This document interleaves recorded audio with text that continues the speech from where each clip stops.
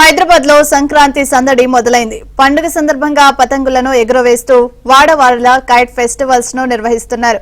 ముఖ్యంగా బోయిన్పల్లిలో ప్రతి ఏడాది జరుపుకునే కైట్ ఫెస్టివల్ వేడుకల్లో మాజీ మంత్రి ఎమ్మెల్యే మల్లారెడ్డి సందడి చేశారు. చిన్నారులతో కలిసి పతంగులను ఎగురవేశారు. దీనిపై మరింత సమాచారం మా ప్రతినిధి నుమాన్ అందిస్తారు. ఇటు భాగ్యనగరంలో సంక్రాంతి సంబరాలు మొదలయ్యాయి. ముఖ్యంగా ఇటు సంక్రాంతి అనగానే నగరవాసులకు మొదటన గుర్తుకొచ్చేది పతంగులు.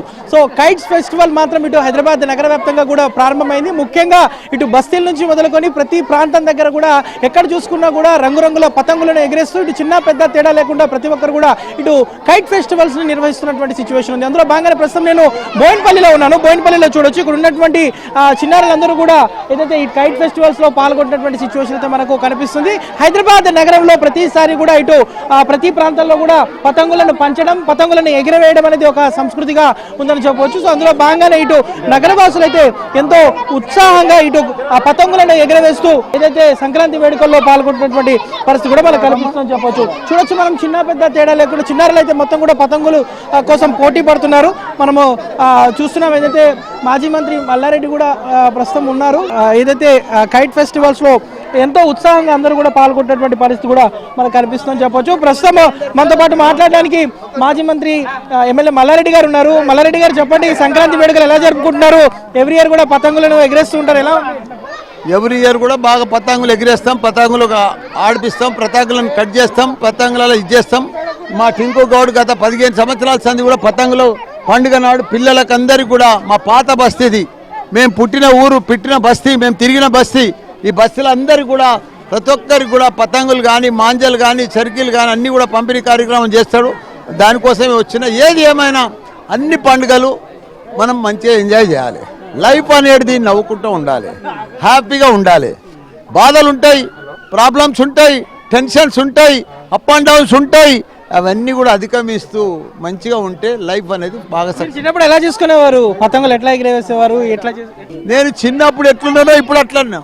నేను పాలు అమ్మేటప్పుడు ఎట్లున్నానో, ఎమ్మెల్యే అయ్యేటప్పుడు కూడా అట్లే ఉన్నాను.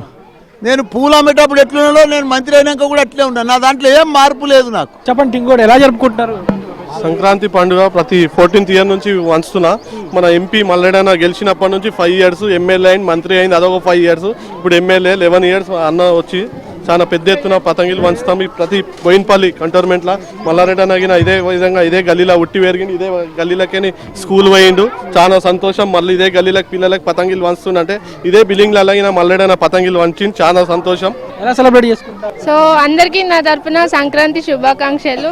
అండ్ ఈ కైట్ డిస్ట్రిబ్యూషన్కి నన్ను ఇక్కడికి ఇన్వైట్ చేసినందుకు టింకు గారికి స్పెషల్గా థ్యాంక్స్ తెలియజేస్తున్నాను.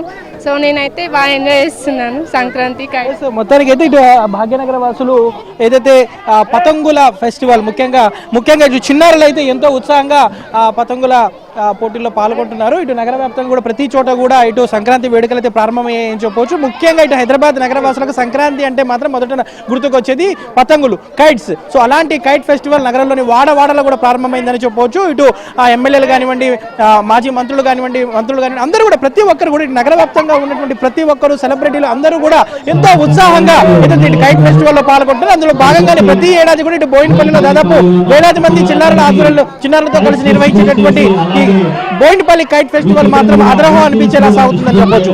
లక్ష్మీకాంత్, నుమాన్, ఏబీఎన్ ఆంధ్రజ్యోతి, హైదరాబాద్.